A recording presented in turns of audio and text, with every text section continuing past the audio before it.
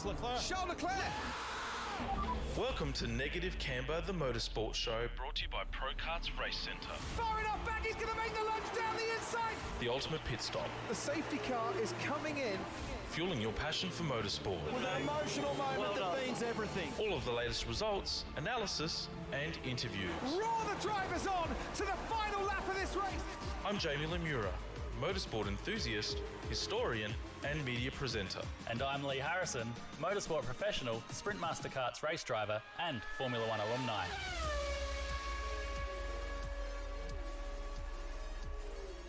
Another episode of Negative Camber, the motorsport show. I'm Jamie, and alongside me is Lee Harrison.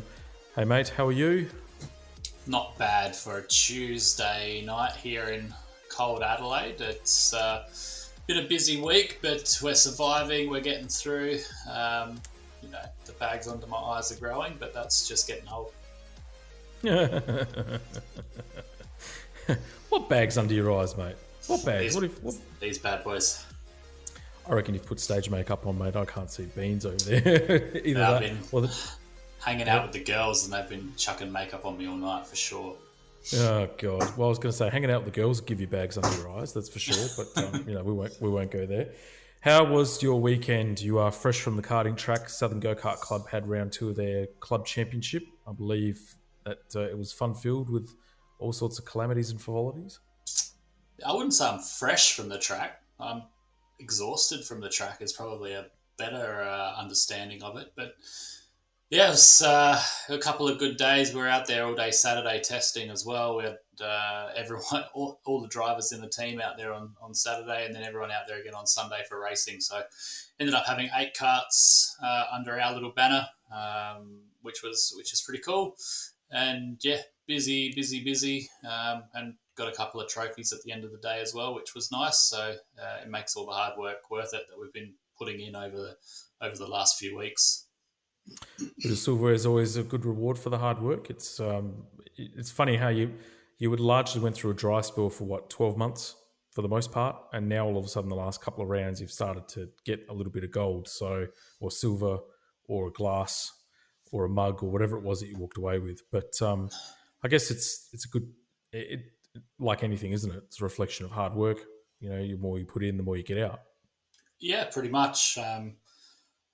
I don't know if it's hard work or not being afraid to take a stab and understanding that some philosophies that you were using and relying on in the last sort of 6 to 8 months probably weren't working. So let's try something different. And yeah, like I said, the last episode that we focused on karting, we spent a bit of time at the track after the Nationals and went down a different path, something that we've not really tried much before. And it sort of helped us out, and the result showcased that when we went to Mount Gambier.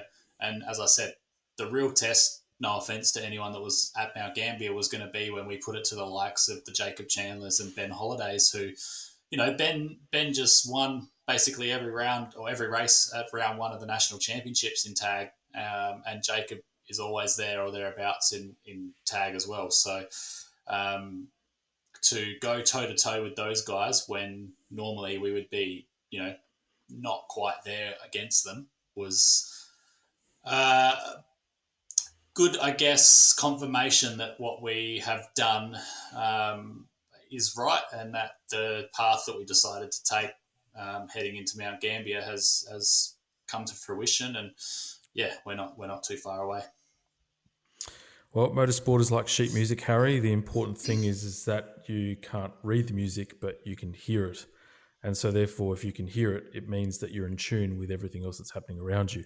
And if you like that line, I'll quote it. No one can take it away from me. That's a little bit of marketing that we can use for it as well. So motorsport, sheet music. All right, Harry? There you go. But yeah. But look, it's clearly you've cracked something. You've unlocked a bit of a code to the karts, and it's starting to deliver.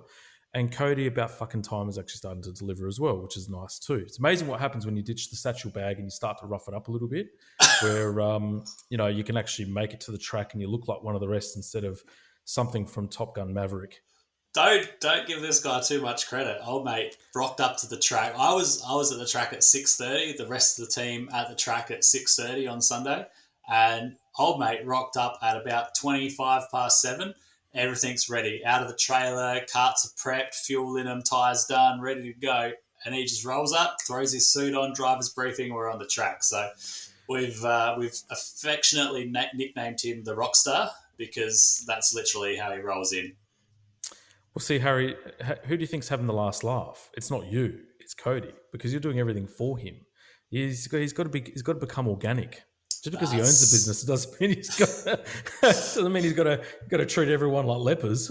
Look, at the end of the day, the paycheck that goes into my bank account each week is well worth being at the track for 6:30 in the morning to make sure that a couple of go-karts are ready to go for him. So, yeah, look, like you said, it's just good. Like you said, we've put in a lot of time, a lot of effort, and to be consistently not there was demotivating, demoralizing. It was not giving us good feelings heading into this year, and to come out this year so far, the first race meeting we weren't quite there. Australia Day, not quite there, admittedly, but every race meeting since we've been, right there and ready to go. So I think there's still a couple of things that we need to have a look at, but we're there or thereabouts, which is good. Well, if you need to call Jalen the setup specialist, I'm ready to go. I moved into my house. Don't look at me like that, mate.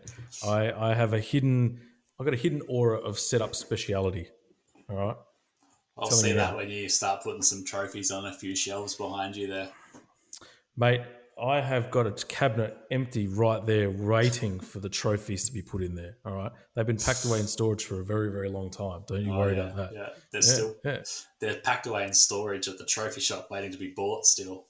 No, they're in the carport in boxes at the moment. So, yes, but this is my new digs, by the way. While you've been playing with your tools, I've been moving into a house. So it's so much more bigger. It does sound like I'm in a toilet at the moment because it's tiled and quite large. But yeah, it's cool. It's finally nice to get that sort of all that shit out the way and settle in. So yes, we'll endeavour to show more of my paraphernalia as the walls start to fill up. So yeah. Dead Elvis on the ground there, if you can see. My little foam roller too. So it's that's a life-size cardboard cutout of Elvis, which I've struggled to find a place where I can put it at the moment, but it scares the wife and the kids, so I've got to leave him out. The bin. Yeah. That's Cody down there. That's Elvis. Just rocks up in a gold suit. Yeah, exactly. So what's happening? We've put him on bagel duties for the next round. He's going to rock up with all the paninis and stuff for breakfast, egg and bacon paninis and some donuts and coffees for the team. That's his role next week, next time we race. Bullshit! He's going to buy you a pack of frozen croissants that came out of bloody Coles at $2 a pack, and you'll probably give you the scissors to cut it open and feed him instead. Yeah, more than likely. And if today's anything to go, I'll probably just lob them at me from across the bloody other side of the tent and go, "Here you go." Tradie life. Well, there you go. Yeah. That's how they operate there. Now, what's going on, mate? I've heard stories of I've seen footage of shenanigans and all sorts of stuff going on. I've heard carts being bent. I've heard drivers doing flips. I've heard the driving standards left a lot to be desired across all the classes, and that's only a club day. What the fuck is going on? Yeah, that's a good question, and one I'm struggling to understand myself. There's a lot of questions that have come out of the weekend. The driving standards probably would be number one for me. Where did they go? When everyone drove through the gate on Sunday morning, did they forget what they were there for? Or was there some secret Formula One scouts at the track that I didn't know were there and I couldn't see them myself? Yeah, it was absolutely crazy. One of our junior drivers, first race, bent kingpin, bent sub-axle, broken tie rod, bent steering column. So that was a good repair job. And then the next race he goes out, heat 2, and gets turned into and bends an axle. So that was pretty cool. What class was that? KA3 Junior Light. Okay. A rollover in heat 1 of tag 125 light. Shout out to Ben Press as well. Hope you're feeling okay, buddy. I know you said yesterday you were a bit sore, and it was good to see you get back out on the track. But we know that there's some after pain, I guess. So I hope day 2 now after the rollover. I hope the body's feeling okay and you're surviving. It was pretty shit to see you go over in such a way. That'll happen. What with Ben? I'm not 100% sure. If there was some video footage, it would be great to see. But it was kind of in between turn 1 and turn 2, so it's kind of hard to work out. And I sort of caught the end of it, but I don't want to speculate on how it happened. It shouldn't happen at a club day anyway. So Des Harrell coming out of KA3 Junior with a bent chassis and Ben Axel and all the rest of it. It's just not needed on a club day. I don't know why we're driving like that. Yeah, we've been talking about it for what, a year and a half, 2 years now, about driver. Let's say 12 months driver standards, and I mean clearly no one listens to us, and why should they really? But I just don't understand in some cases the stupidity of it all. I mean, it's, even some of the video footage that I'd seen by onboards across a couple of classes, like it's just shit that could be avoided. It's like, just take a breath, people, right? And no veering across the track, no climbing over curbs and clobbering the shit out of people. No bloody sending it in there and hoping that you're gonna pull something off as a miracle. Because guess what? The only people who are watching are your parents and maybe a couple of other teammates if you're lucky. You haven't got video cameras. Fox Sports ain't there with Sky Sports, right? Did they even have a trackside commentator this round? Was Lee on the mic? Like, come on. And I think, I guess ego's part of it, and I think we always got to remember, at the end of the day, we were racing for a bloody beer mug. Like, who cares if you finish second? Who cares if you finish third? And who cares if that person's not in your class and you end up having a ding-donger battle with that person, but you lose second place in your actual class? Like, who actually cares? Like, it's just, I don't know. I think we've all just got to park our egos at the door and just, I don't know. And dragging people through the mud, like, constructive criticism is probably the best way to go. Like, go and have a conversation with someone. Don't be posting videos and, I don't know. Look, I've been taken to the steward's room this year in the last 6 months for bullying and intimidation, because I said to someone that they need to improve their driving standards, and that their lack of driving standards might be the reason that they have so many rollovers in the course of 1 year.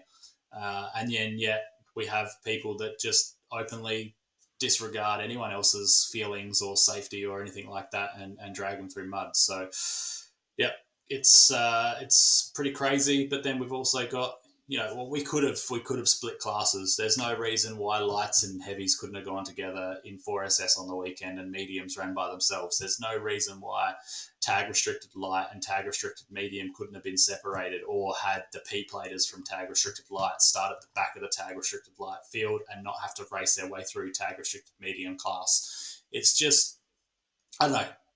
I just don't know what's going on in karting at the moment. It just seems that there's a few things that are a bit backwards. We used to run club days with more classes than this. We used to have medium class in everything. We used to have junior national light, junior national heavy, junior national medium. We used to have club and light, club and heavy, club and medium. We used to have 15 or 16 classes on a weekend on a festival state cup day, and we'd get through them in 1 day. Like, I just don't know how we're struggling to get through 8 classes over the course of a whole day nowadays. Like, the officials and stuff used to have lunch brought out to them in the track. Like, we didn't have a half hour, 45-minute lunch break for the officials. They would get lunch. They'd put their lunch order in at the start of the day. Lunch would be delivered out to them during the day. I just don't know where we've gone so wrong in terms of the timing of events. it just probably needs a bit more of a deeper analysis. We were there, like I said, from 6:30 until presentations finished at maybe 5 o'clock or 5:30 or something like that on Sunday. Big day, I know, but at the end of the day, that's the sport we're in. And if we want it to be safe, we want driving standards to improve, then we need to look at things. Yeah, look, I agree 100%. And I was actually, when I was sort of writing some notes, maybe even about the show, but just reflecting about some of the stuff that I'd seen, heard, and read over the last few days too, I think to myself, and the first thing I thought was, well, and one of the answers I guarantee you will be they'll talk about the volume of officials and volunteers and all that sort of stuff. Now, I don't know whether they had sufficient volunteers running the event and marshals and all the other bits and pieces. Sounds like they did. But at the same token, you're right. I mean, how is it that how many total competitors were racing on the weekend? They break 100? 100, yeah. Yeah, 100. But yet a 400 AKC meet, arguably with more officials, I get it, but was run to time for the most part, outside of some delays and stuff like that, and yet it's 3 times the grid capacity and density, and they probably had extra manpower, but that's to accommodate the larger numbers, So if you make it a relative scale, 3 more days, like we started racing on Friday afternoon. Yeah. So I don't know. It's just maybe we just need to cut laps back. Like maybe I know back in the day at Bolivar, I think we used to do 3 heats of 8 laps and a 10-lap final or something like that, and maybe that's where we need to go back to, not 10-lap heats and then a 12-lap final. I don't know. It's just getting out of control. Costs are going through the roof.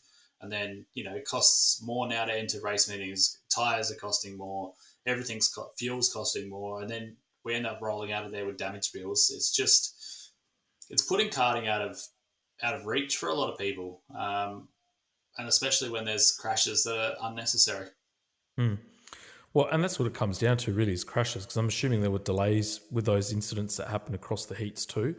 People, I don't know how many times you have to say it, and Pothole and Kettle Black, have a guess what's going to happen. I'll go out and do my race and I'll get an accident or cause some shit. But that aside, at what point are we actually going to start to engage the thing that's in between the ears here, and that's the brain, when we're driving it anywhere between 70 to 100 kilometres an hour?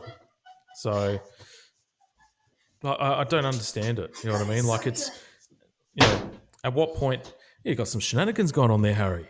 There's party at Harry's house. I don't know. They've all drunk I don't know what the hell's going on out there, but look, at least this week they're happy noises, not sad noises. True. So that is a good start. They polished off the red that you left after the photo that you had, and it's hit them already. No, I've got it here. Thank you. Oh, there you go. I've got my Stanley full of water, so it's. You're a better man than I. Yes, the toilet thanks me later too, for feeding it. But yeah, like, it's at what point do we actually start to engage our brains and understand that, that higher cut mentality of the safety barricades that you've got around your wheels and tyres, and the fact that the track's about 3 feet narrower than a proper racing track. You can't race like that when it comes to normal stuff, because it's open wheel, and guess what? Shit's real. Things get damaged, people get hurt, right? And a lot of the time it's motorsport, it's dangerous, you're going to have accidents, it's going to happen, right? We all accept that. That's the responsibility of the sport that we partake in, but 90% of it's absolutely avoidable. It's not like we're, racing at 300 kilometers an hour. We're going to be lucky to crack 120, especially at Southerns. So I just like my memory escapes me. I was, I'm trying to recall back to early 2010s. So, we used to have 150, 200 rock up for a club day or Festival State Cup round at places like Bolivar and stuff. At places like the Barossa, we were having Junior National Light A and Junior National Light B because the class was oversold. And I don't remember there being this long a hold up. Like, it was get the cart, get it to a safe position. We'll send the next class. If the dad's not there ready to go with a trolley, then too bad. They got to wait. Like, I don't know. They're probably trying to come off of the top of my head, and it's probably not the best, but we probably need to sit down and do a proper analysis into it. But as I said, we used to run a lot more classes in this, like in a club day. We used to run Festival State Cup as a 1-day race meeting with more classes. I just don't know. I just don't know what the difference is at the moment. Well, I can tell you one thing. They've got to make change in terms, and I'm going to go 4-stroke here and even restricted. If the numbers are there, run the classes separately, or at least combine the lights and the mediums, because the speed and the driving caliber is very similar. But I think that's wrong. I think you need to combine lights and heavies so that the speed and the caliber is completely different. The problem is that the caliber is too close. So let's take the weekend just gone, for example. There was no discrepancies happening between lights and heavies, except for lights having to come through from heavies because they were made to start, like P-plate lights were made to start at the back of the heavy group. The discrepancies was coming because of mediums and heavies getting caught up together. So mediums and heavies need to be separated because they're too close. Lights and heavies go together. And start with the lights ahead of the heavies. Of course. Yeah. Lights ahead of the heavy. And if you're a P-plate light, you start at the back of the lights. You don't start behind the heavies in this other field of people. Yep. I think the other thing too, if they're so worried about numbers in other classes like lights and mediums, then, and look, at the end of the day, it's a club day. People can do whatever they want. They can chuck lead on and all that sort of stuff. But, you know, if you're having to put anything greater than 10 kilos of lead on your go-kart just to try and race, sort of heavies, why bother? Just, put racing mediums. You know what I mean? Like anything greater than... And look, it's everyone's choice and they can do whatever they want. The rules are there. It allows it. I understand all that. But, if field numbers and stuff like that you'll probably see it's a lot more of an equal spread as well, and some of those better drivers. If I was the only medium, I'd probably prefer to put weight on and race heavies, and I'd have to put 10 or 15 kilos on to race heavies here. So I'm probably going to disagree there because at the end of the day, you want to go to the track and you want to have some competition. But, at the end of the day also, you just got to remember you're battling for a $5 trophy or a $5 mug with some etching on it. Like, we're not racing for supercars. We're not at the national championships, and we don't get to put a sexy little plate on our go-kart after the race meeting. So, That's the counter argument. Let's just relax a little bit and have some fun with it, because at the end of the day, that's what we're all out there to do. And let's just have some fun. And if you have a battle on track, you have a battle on track. Does it matter if that person's a medium or that person's a heavy? No, it doesn't. Like, let's just get on with the racing and have a laugh. Yeah, look, and firstly, that's the counter argument of what we were saying before in regards to, putting the people on, they want to race with a larger field where they've got someone to race against. Completely understand that too. And I agree with you there as well. But no, exactly right. Like, I'll drink to that sentiment. Let's, get out there, have some fun. If people are going to make mistakes because they're lesser experienced, let's all have a little bit of tolerance and leniency, I would suggest, and actually, because that actually discourages people if they're getting chastised in public. And that's across all the classes. I'm not singling out anyone or individuals in particular, because I heard stories, of it all happening everywhere. Let's just take a deep breath and understand that there's such a disparity of experience between the more experienced people that are racing just about every week and those that aren't, rather than, sort of berate and negate. Let's just prop them up and encourage, because then that's what actually keeps people involved in the sport, rather than saying, fuck this, I'm out of here. I don't even think it's prop them up and encourage. It's literally just educate. Like, don't get mad and berate, like you said. Just educate. Like, that's all we need to do. And everyone grows. The sport as a whole, where South Australian karting is not big enough to be egotistical, to be driven by people who think they're bigger than the sport. Like, people just need to educate each other. We need to grow, and we need to go and attack the other states as a South Australian contingent and as a South Australian family, and show that we are some of the best drivers in the country. Because at the moment, we don't do that. We've got a handful of South Australians that go and contest big race meetings and do a good job for us, but the rest of us need to back them up. Agreed. Shall we go through the results, or shall we just jump straight into the meaty stuff that's Formula One? What do you reckon? You can go through some results if you want. Well, let's just fill some gap while I bring up speed dive and do that. I've got to bring it up. Sorry, man. Dear. I thought you were prepared for this sort of stuff. I was prepared to be unprepared, if that makes sense. And if you can't decipher that, neither can I. But let me, let's see. Events. Where are we? Southern Go-Kart Club. Here we go. All right. So we're going to start with the KA3 Juniors and 4SS, I believe. And KA3 Junior Heavy and 4SS Junior. Correct. Yep, that's the one. So KA3 Junior Heavy was Alessia Sofia with first, and Massimo Calabro ended up being in second place despite DNF. 4SS Junior was Levi Ross, second was Mark Carragher, and third was Leo Benier. Then we go to KA3 Junior Light, and we have Noah Enright coming out first in the final, but finishing second overall because it was points-based and all points counted on the day. We had Cristiano rounding up the second place, Cristiano Crissa rounding out second place in the final, and Dom McCurry rounding out the top three there. Now, I'm going to read out final points. That's probably the best way to go. So overall, Cristiano Crissa first, Noah Enright second, and Jensen Marold in third. Apologies if I mispronounced the surname. Cadet 9 and 12.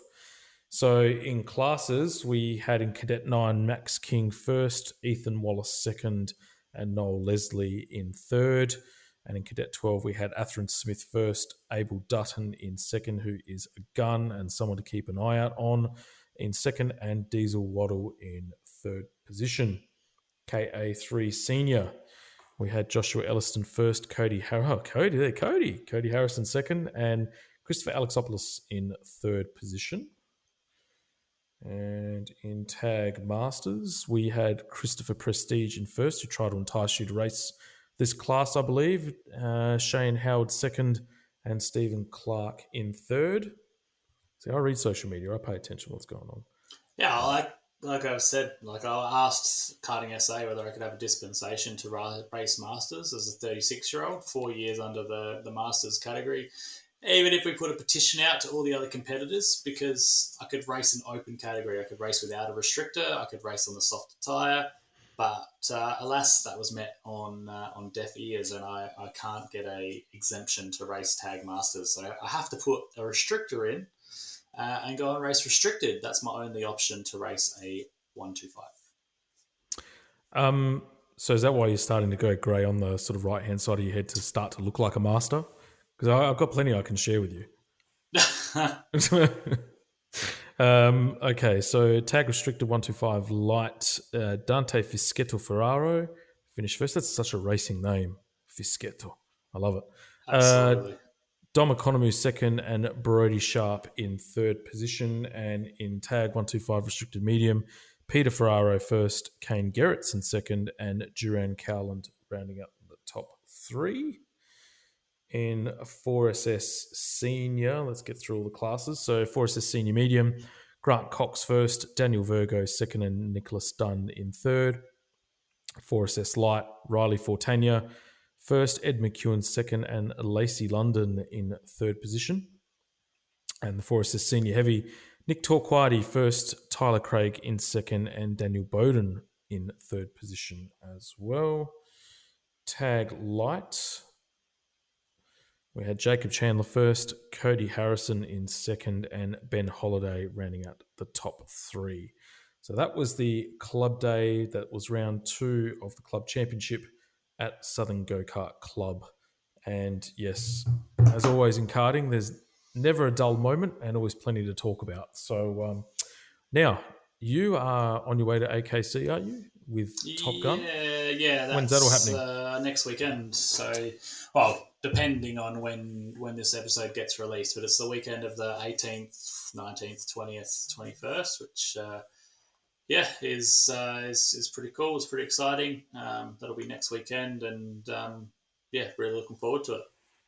On the weekend of my 15th wedding anniversary, so in advance, happy anniversary, sweetheart. I'm not talking about you, Lee. I'm talking about my wife. So 15 years and hadn't traded me in yet. So I feel blessed. She's probably due a new model. Oh, look, I'm always open to upgrading myself to being fitter and faster and younger and more elite. But it ain't happening. She's stuck with me.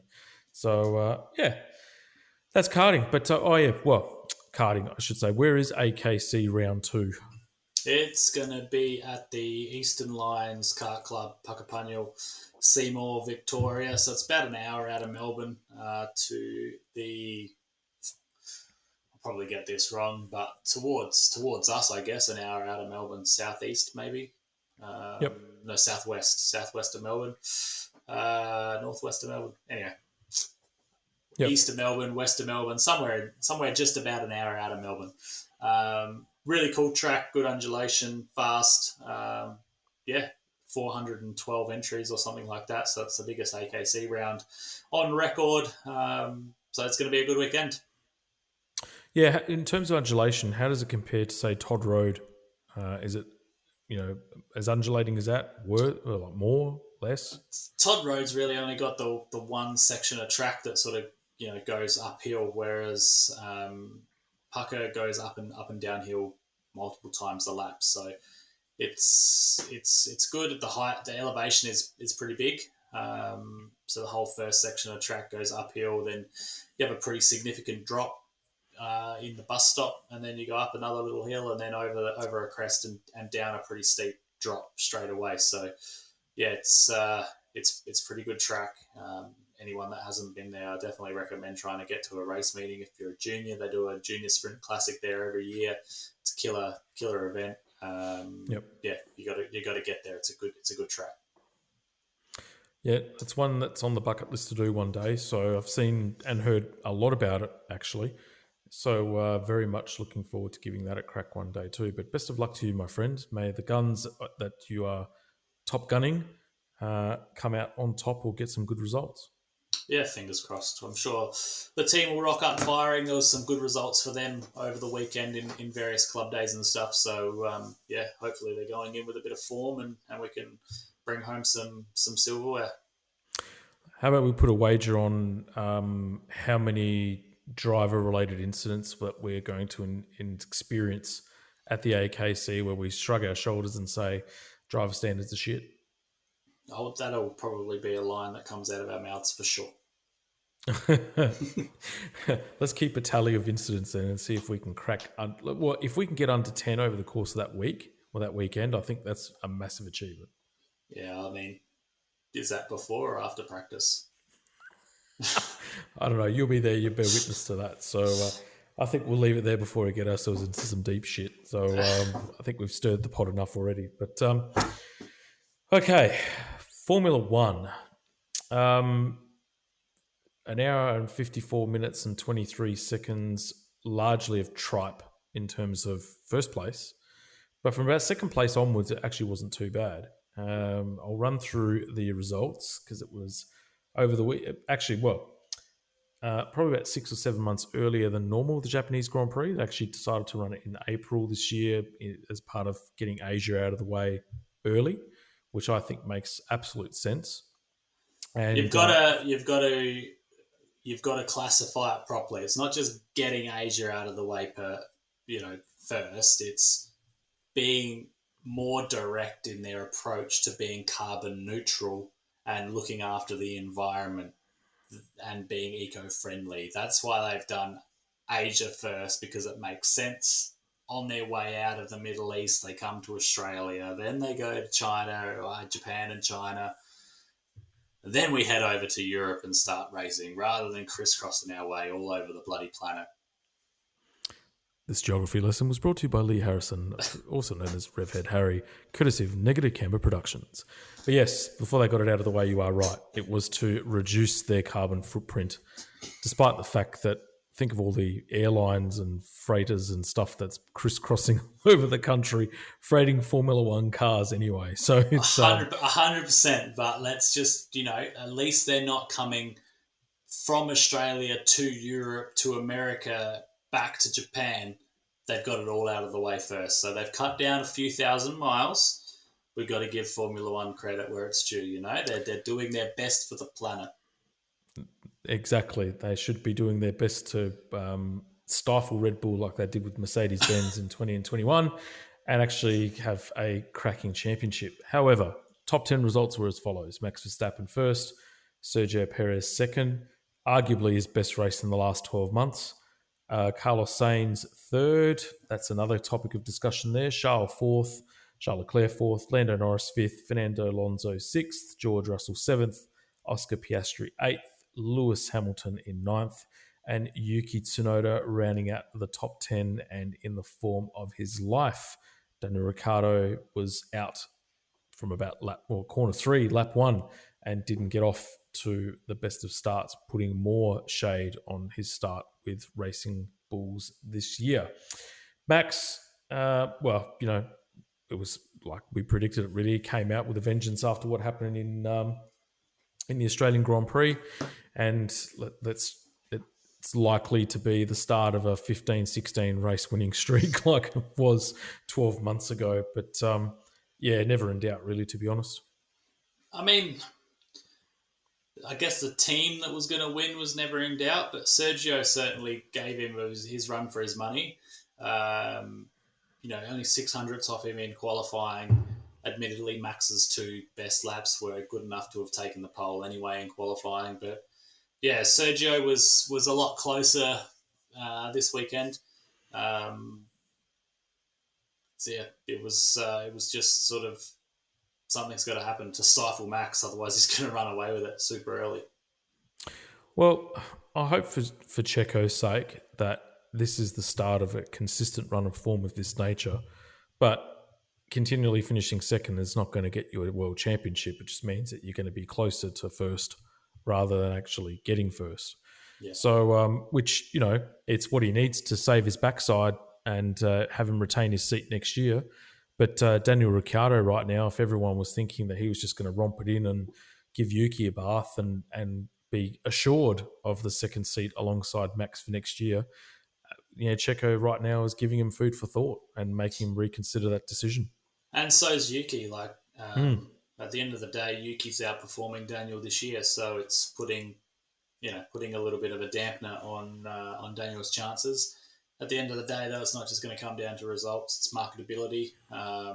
Daniel brings a lot of fans. He brings a lot of charisma to a team. So it'll be interesting to see what happens there and moving forward into races like China and Miami, what some of the fallout is. But yeah, it's I seriously think that some of the stuff that has been being said in the media, I don't think Checo is going to get re-signed for next year, even if he does perform. I think, he's done 15 years of Formula One. I think he's on the way out. So we remember that last year he started the season pretty strongly as well, and then fell to the wayside. So fingers crossed he doesn't let it go so easily this year. We get some sort of a championship battle, but we'll be left to see what happens. I think if Charles learnt how to maximise the heat in his tyre for his qualifying lap in the last couple of races in particular, which is what's been sort of the fallout from the last 2 races, he pace-wise would give Max maybe a bit of a run for his money, but it hasn't been...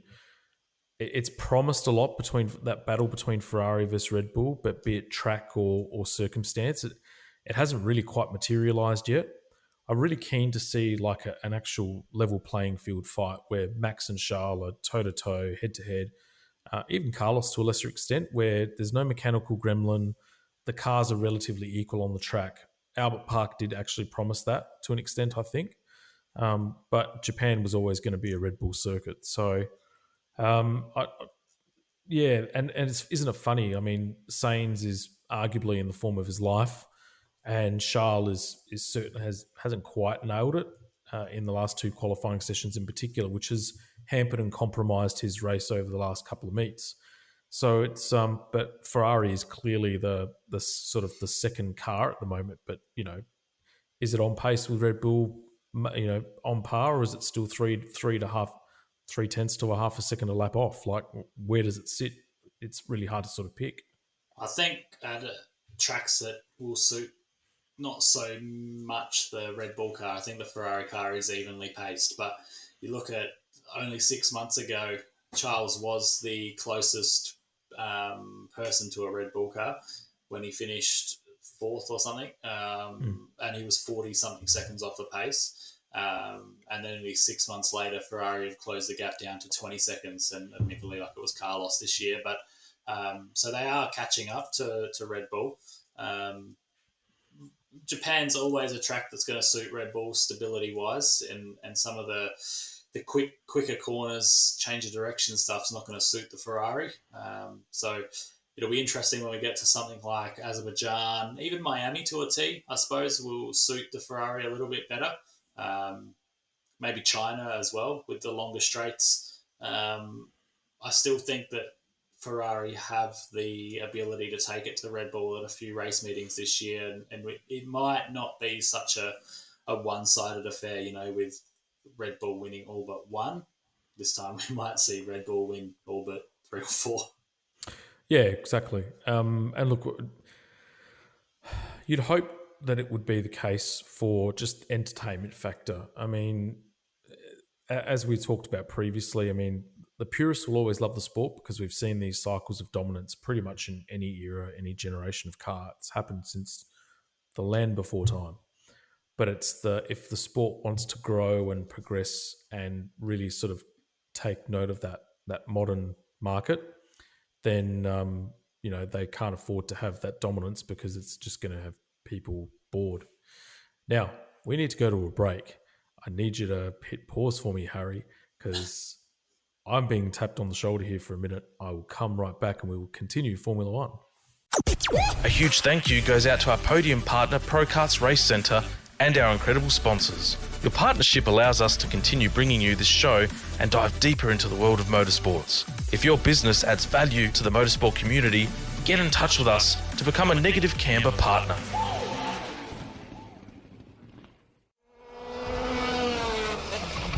Brace yourself for the Soddy experience at ProKarts Race Centre, the official South Australian distributor for Soddy karts. Picture this: karting excellence meets global dominance, all on our local tracks. Soddy karts are more than machines, they're powerhouses of victory. From the heart of France to the South Australian circuit, they dominate in all categories. But that's not all. When you race with a Soddy kart, you're backed by on and off-track technical support directly connected to the factory. It's not just karting, it's the Soddy advantage. Get ready to experience world-class performance, unmatched thrill, and victory like never before. Rev up for the Soddy experience, only at ProKarts Race Centre. Visit prokartsracecentre.com.au or pop in for a chat at 30 Research Road, Paraka. ProKarts Race Centre, fueling your passion, igniting your potential. All right, welcome back. Thanks for the break in the intermission. That was Coles that decided to drop our shopping at the front door. So I actually thought it was being the kids that couldn't get in, but no, I forgot about the Coles online order.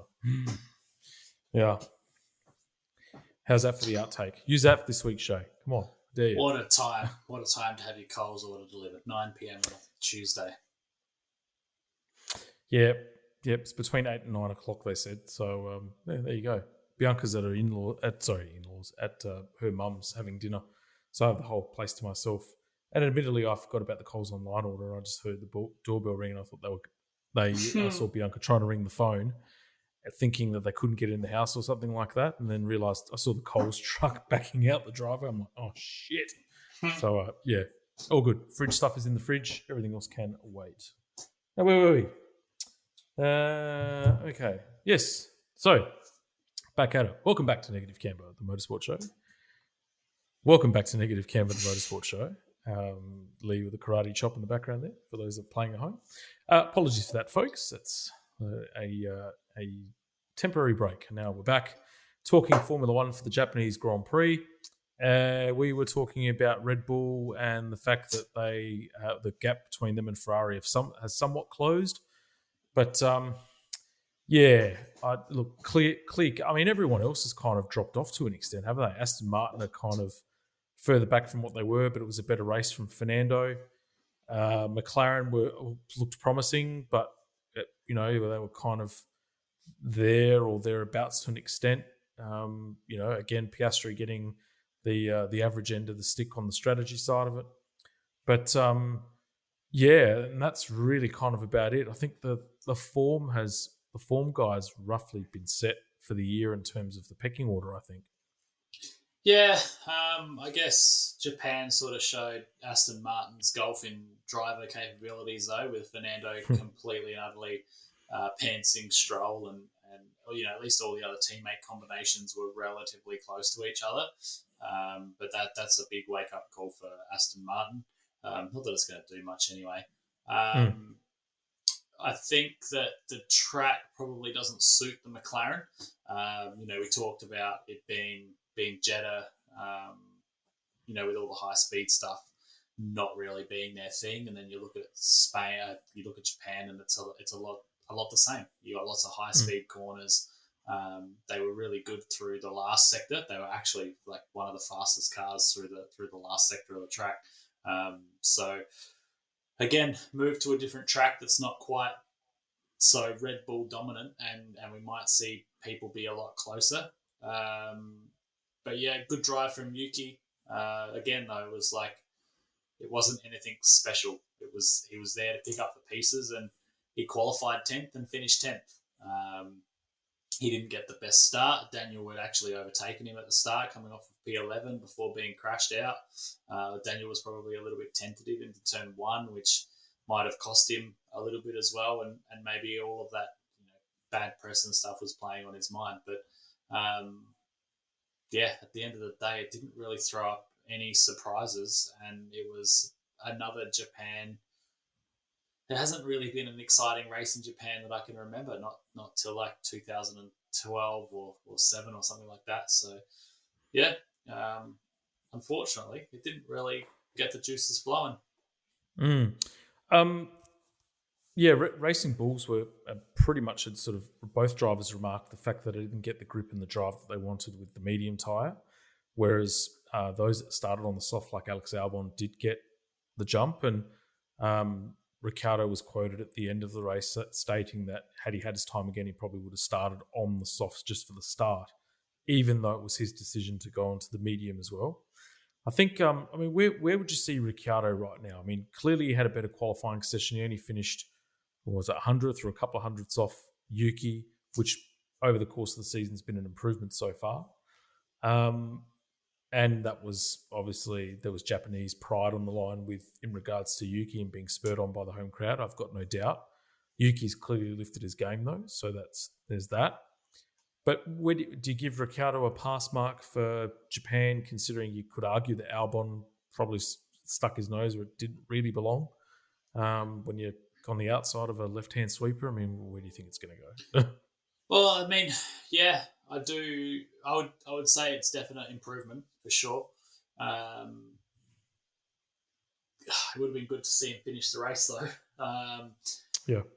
There's been some stuff in the media about him needing a new chassis before people make any sort of criticisms about his start for the year, and maybe that's come to show at Japan. But yeah, unfortunately, the DNF doesn't do him any favors, and he's going to have to pull his finger out in China and make some hay while the sun's shining and have a better result. But definitely, like you said, instead of being tenths behind in qualifying of Yuki, he missed out on Q3 by a few hundredths of a second to Yuki. So the gap had definitely closed down, and hopefully it's just the start of Daniel finding some bits in the car that he's enjoying a little bit more, some extra front end, some extra braking stability, and he continues to push Yuki now from this moment forward.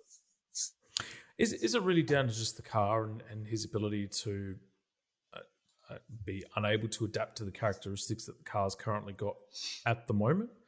Or are we going back to the Danny Rick of the McLaren era, and I wouldn't say the Renault era, but certainly the McLaren era, where he was just getting trounced by Lando Norris in the end. Nah, look, if it's probably a lot harder in Formula One when you've got aerodynamic principles and stuff like that contribute heavily to the handling of the car than it is, when you compare it to something like a go-kart or something. But if the balance of your car is heavily favoured towards one end versus the other, and the end that's being favoured is not the end that you like to drive with, then I can imagine it being a very, very hard time to drive a Formula One car. We know that Daniel likes good braking stability. He likes to be able to brake late, get it in on the nose, and get the thing out of the corner. Where if the car has been developed for so long around a different philosophy, then it's going to be hard to, number one, change your driving style. Number two, make the car work for you. And number three, get good results out of that. So I think that we just need to, and I guess it's all come back from him being injured. We saw him jump straight into the car and be fast last year, and then he has the crash in Zandvoort and injures himself. If we had seen him have those extra 4 or 5 races where Liam Lawson filled in for him, the philosophy of the car may have been completely different for this year, and it may be a completely different story, but it's not. And so he's had to spend the first 4 races of this year trying to find the balance of the car that's going to work for him.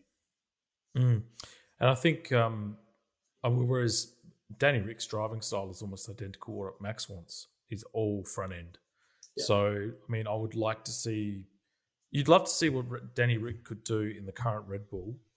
But we know that, though.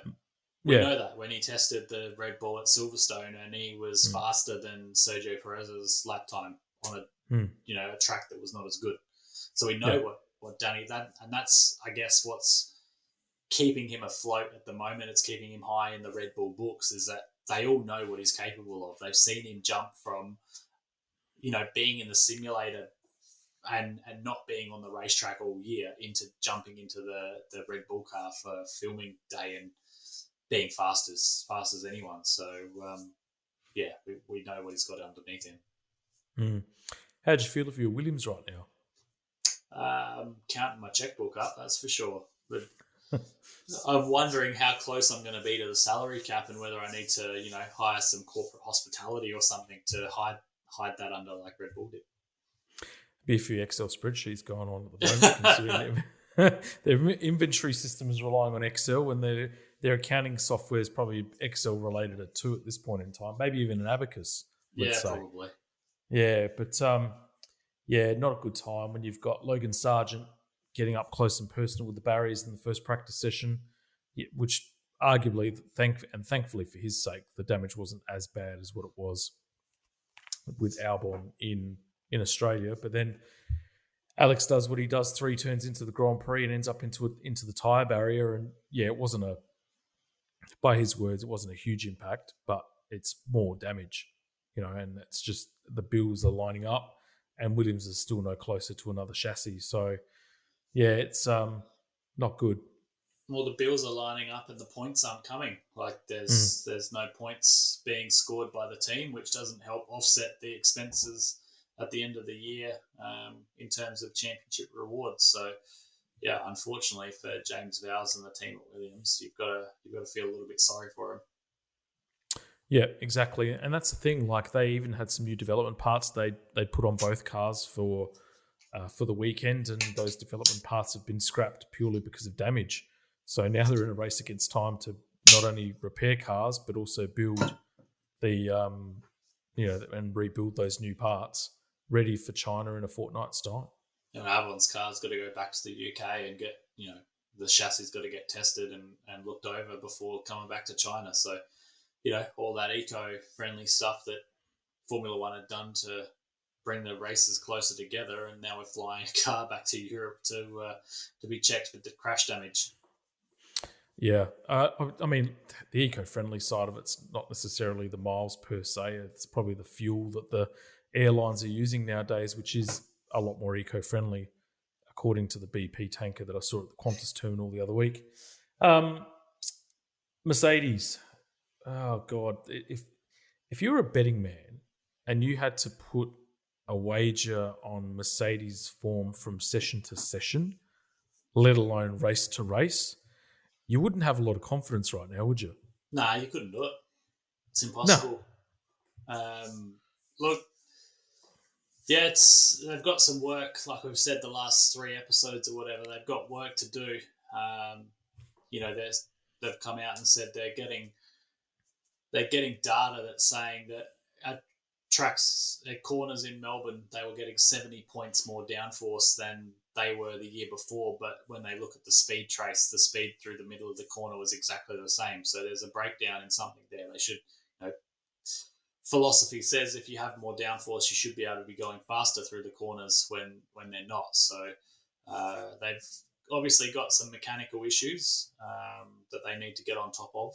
It's just a matter of ironing those out and finding them. And yeah, it's hard to understand how they go from being almost a pace setter to being P nowhere again in qualifying, and then they come to the race and they could have almost, besides some damage and stuff for a couple of first lap close calls, probably could have been fighting Ferrari for a podium. And that's the thing, isn't it? And now there's obviously rumours that have resurfaced with talks of Sebastian Vettel coming back into Formula One. Toto Wolff apparently is in discussions with him at the moment. So how much truth is in that, well, who knows? But I think let's just see what happens on that front. But I mean, how sensational would it be if Seb did come back into the sport? Yeah, no, I mean, it's hard to see that happening when he's testing Porsche LMDH cars for Le Mans. So if you were thinking he was going to come back into Formula One, it would be with a team associated with Porsche or something, not a team associated with Mercedes. But stranger things have happened. Who knows? They're probably just talking in the paddock about beekeeping or something like that, and the press is having a wild run with it. Yeah, and a very important environmental incentive that is too. So props to him. And that is true. I'm feeling a very eco-friendly vibe to this show tonight.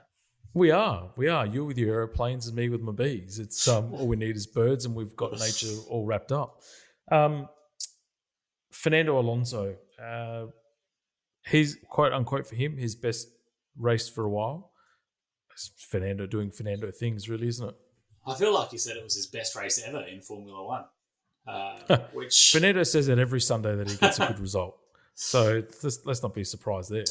Yeah, well, look, without knowing the particulars, he's either dragged an absolute dog of a car through the grave and out the other side and scored some points with it, or the car was pretty good and he's made his teammate look like an absolute nupty. And so really for Fernando, he's got no reason to be upset. He's 41 years of age and taking it to the best drivers in the world. I wouldn't be upset if I was him either. It's funny though. You could tell that retirement's now starting to cross his mind. When I think the question was asked of seats available and whether he's on the move and that type of thing, and he said that he's obviously happy with Aston Martin, but he's still 40 seconds off the pace in comparison to the Red Bull, and so whilst it's great driving an F1 car, it's not fun in terms of the results, and you start to get tired of it pretty quickly. Then he took a little subtle dig and said, look, Aston Martin's ahead of Mercedes, so I'm not going to be going to that seat.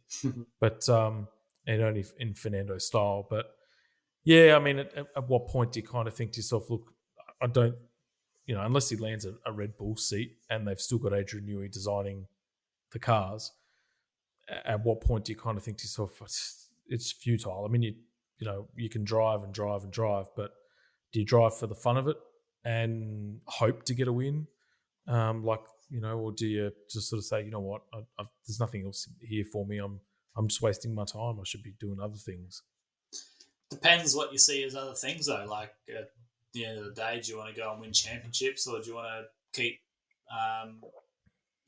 pumping your ego up? Like, if I was Fernando, I'd be pretty happy showing up my teammate every single weekend as a old man and having a good time. Aston Martin doesn't come with any sort of major expectations. They're not. No one's expecting you to rock up every weekend and battle for world championship wins and go for the title.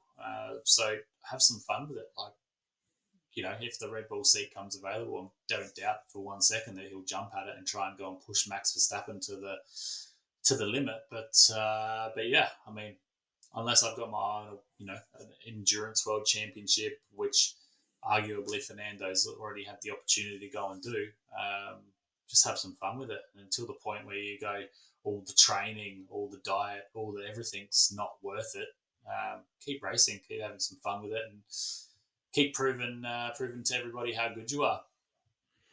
Yep, absolutely. And age is not a barrier. I mean, he's clearly proving the point. He's still more than capable of doing the job at 42, and you know, it gives us 40-year-olds a bit of hope that there's still life in the old dogs yet. Maybe I've still got time to make it to Formula One. Mate, your McLaren seat's long gone, mate. Your skeletal structure that's sitting on that seat waiting for Ron and Zach and everyone else that's involved in McLaren, it's gone. It's gone. I'm only as Just tall get as grayer. Jenson. I'm only as tall as Jenson Button. I've still got hope. You're probably got the same build as Jensen too, I'd say. I think Well, those lanky a legs bit of yours. slimmer than me. Oh, maybe not too much. I don't think. Anyway, then what would I know? That's it. That's Formula One. We're off to China next in, a fortnight, a couple of weeks, I think. Yeah. First time in a long time that they've actually raced there. 2 long straights and some tight, twisty stuff. It's trademark Herman Tilke type track. So, that actually, on paper, you'd say would favour Red Bull with their DRS and that really long back straight. Let the Honda open up a little bit. But, hey, you never know. Ferrari might be there with a shot. Yeah, it's 5 years since China. I don't like... The Honda's not the fastest engine in a straight line. You probably got the Ferrari power is pretty quick around there, and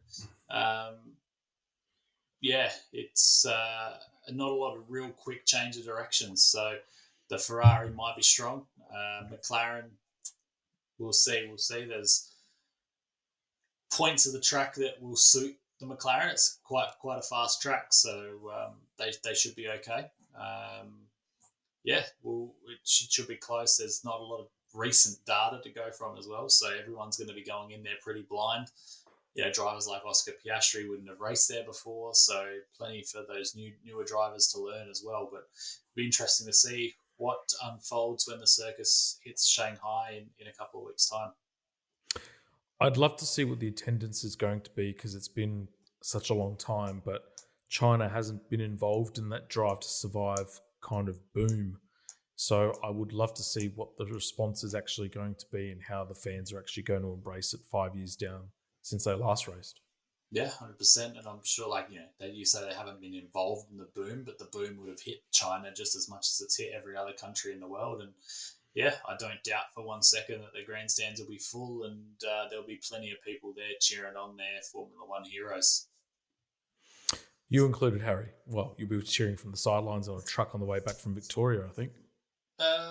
Yeah, more than likely. I might watch it on the plane on my way home on Sunday night.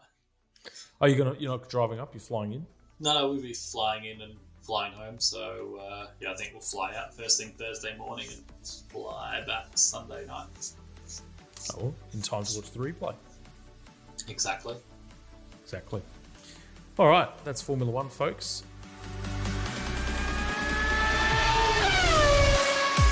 You've reached the checkered flag of another episode of Negative Camber the Motorsport Show, proudly brought to you by ProKarts Race Centre. A huge thank you to you, our incredible listeners. Your support and passion for motorsports fuels our enthusiasm to bring you the latest results, analysis, and interviews from the racing world. Keep that FOMO at bay by subscribing to Negative Camber on your favourite podcast platform. We'd also love it if you could leave us a review and share the show with your fellow racing enthusiasts. Your feedback and support mean the world to us. Remember, Negative Camber is more than just a podcast. We're a community of dedicated fans who live and breathe motorsports. Follow us on socials, join us on our website, negativecamber.co, and be sure to subscribe to the Negative Camber Club for access to exclusive content, episode previews, and special deals from our amazing partners. Until next time, stay fueled with passion Embrace the negative camber and keep chasing those podium finishes.